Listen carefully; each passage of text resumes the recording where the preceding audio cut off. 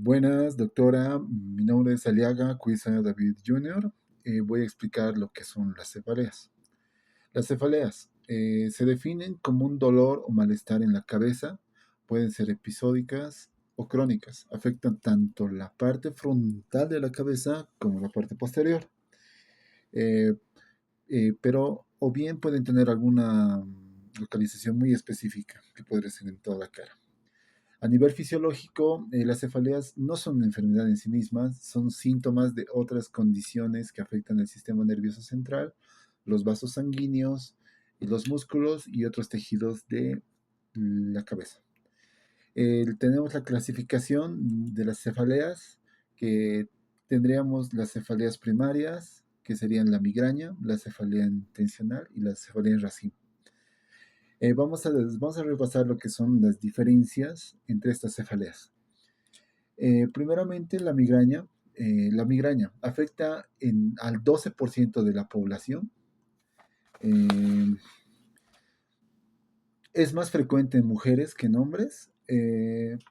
Los tres elementos que intervienen en la fisiopatología son los núcleos del tronco cerebral, eh, la corteza cerebral y el sistema trigeminovascular. Se presenta como un dolor de cabeza unilateral, pulsátil, y que dura entre 4 a 72 horas. Se puede presentar con o sin aura y estar asociado con náuseas, vómitos, fotofobia y fonofobia. La fotofobia es el que no puedes estar mucho entre luces muy atenuantes, y la fonofobia es la molestia a sonidos demasiado fuertes.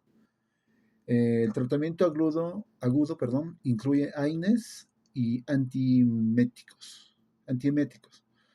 En crisis moderadas a graves se puede utilizar triptanos o los ergóticos. Como tratamiento preventivo se utilizan los beta bloqueadores, calcioantagonistas, anticonvulsionantes o antidepresivos tricíclicos. Luego, la cefalea tensional está asociada con estrés, con fatiga, con malas posturas, con tensión muscular, y ese es el tipo más común de cefalea, que afecta entre 30 a 78% de la población en algún momento de la vida. Afecta a ambos sexos, pero también puede ser más frecuente en mujeres.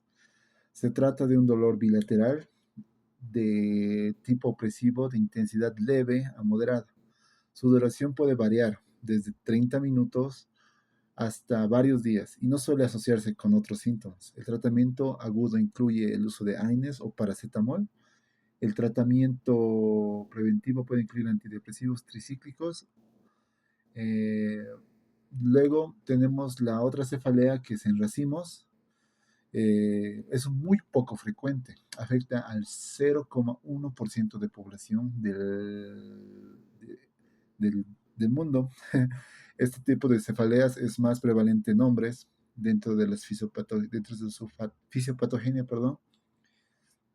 Se involucra en la activación del sistema trigémino autonómico y la disfunción del hipotálamo. Se caracteriza por ser un dolor severo, unilateral, centrado en la región orbitaria, temporal o supraorbitatoria, que dura entre 15 minutos hasta 3 horas, y estos episodios pueden ocurrir varias veces al día, durante periodos de semanas o son seguidos de periodos de remisión. ¿Qué hablamos con remisión? O sea, simplemente puede desaparecer, pero es tratable y después puede volver. Y pueden volver a tener los síntomas de esa misma especificación o mucho más fuertes. Después se acompaña de síntomas autonómicos como lagrimeo, porque el dolor es muy fuerte, digamos que lastima los músculos de los párpados. Después se acompaña con síntomas autonómicos más como congestión nasal, tosis, miosis y rubefacción. El tratamiento agudo incluye el uso de triptanos también, como segunda opción el oxígeno alto flujo. Para el tratamiento profiláctico se incluye el uso de perdón, verapamilo, corticosteroides y en algunos casos hasta litio. Eh, Luego después viene la clasificación de las cefaleas secundarias. Eh, Serían, a ver, son aquellas que son consecuentes de una enfermedad o condición subyacente. Pueden ser patologías que algunos ejemplos puedo dar son la cefalea por infecciones, que puede ser meningitis o sinusitis. La sinusitis afecta las áreas de toda la cara, que se llena de mucosa nasal y eso causa un tipo de cefalea como migraña y esa sinusitis puede ser crónica o aguda, depende del caso, de cómo se trate. Una cefalea por trauma puede ser por golpe, por golpes en la cabeza, hematomas, lesiones o ACVs. Después, la cefalea por hipertensión intracraneal debido a tumores cerebrales o hemorragias.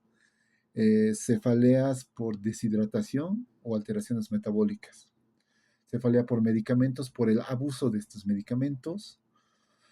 Después voy a hablar de la fisiología de las cefaleas. A ver, en los mecanismos tienen factores vasculares, neurológicos y químicos. Los mecanismos generales del dolor de las cefaleas son los receptores del dolor, los nociceptores. Estos receptores están ubicados en las meninges, las membranas que recubren el cerebro y en los vasos sanguíneos. Cuando se irratan, envían señales al cerebro que se interpretan como dolor. Después vendría siendo la activación trigeminal. El nervio trigémino es crucial en muchas cefaleas, especialmente en la migraña. Se activa anómalamente excesivamente en ciertas condiciones causando inflamación, liberación de mediadores del dolor.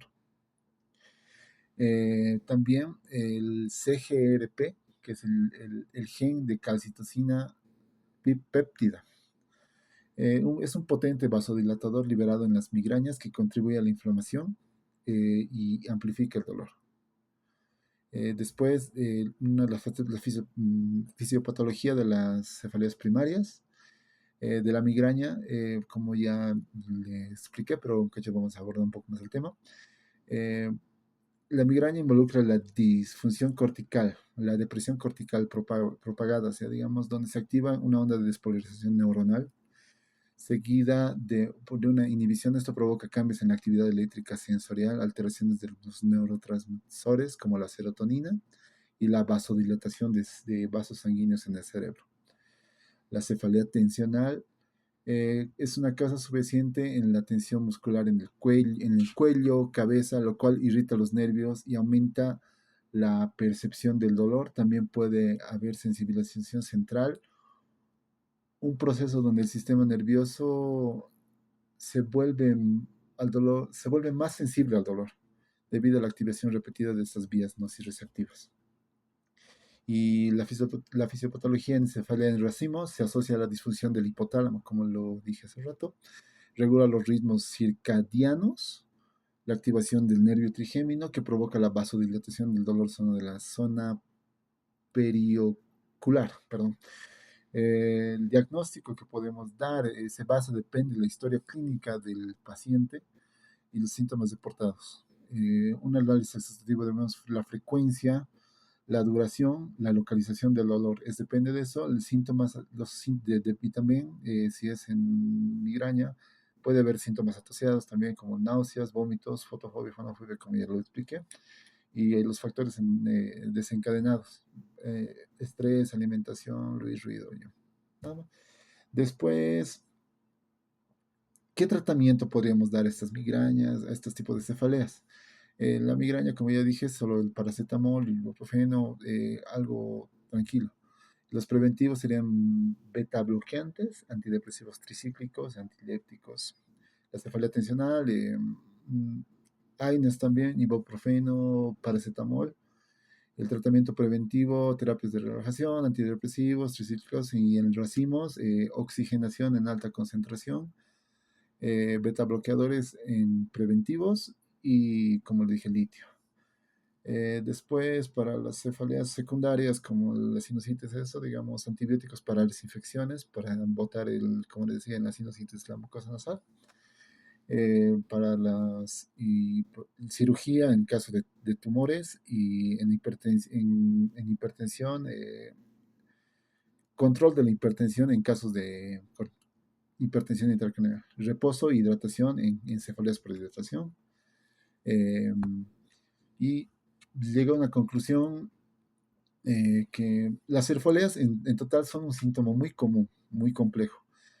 Puede tener una amplia gama de causas, o sea, no simplemente vamos a hacerlo, digamos, no vamos a saber en exactitud qué es una cefalea. Tanto primarias como secundarias, su diagnóstico o tratamiento dependen de la evaluación exhaustiva de los síntomas de la historia clínica del paciente. También se puede usar resonancia magnética y una radiografía para revisar en qué parte está mal o qué síntomas tiene el paciente. Después, como le dije, muchas cefaleas pueden tratarse con analgésicos, medicamentos preventivos y el enfoque debe ser personalizado, teniendo en cuenta la naturaleza del dolor, la frecuencia y la característica del paciente. Eso es todo, muchas gracias.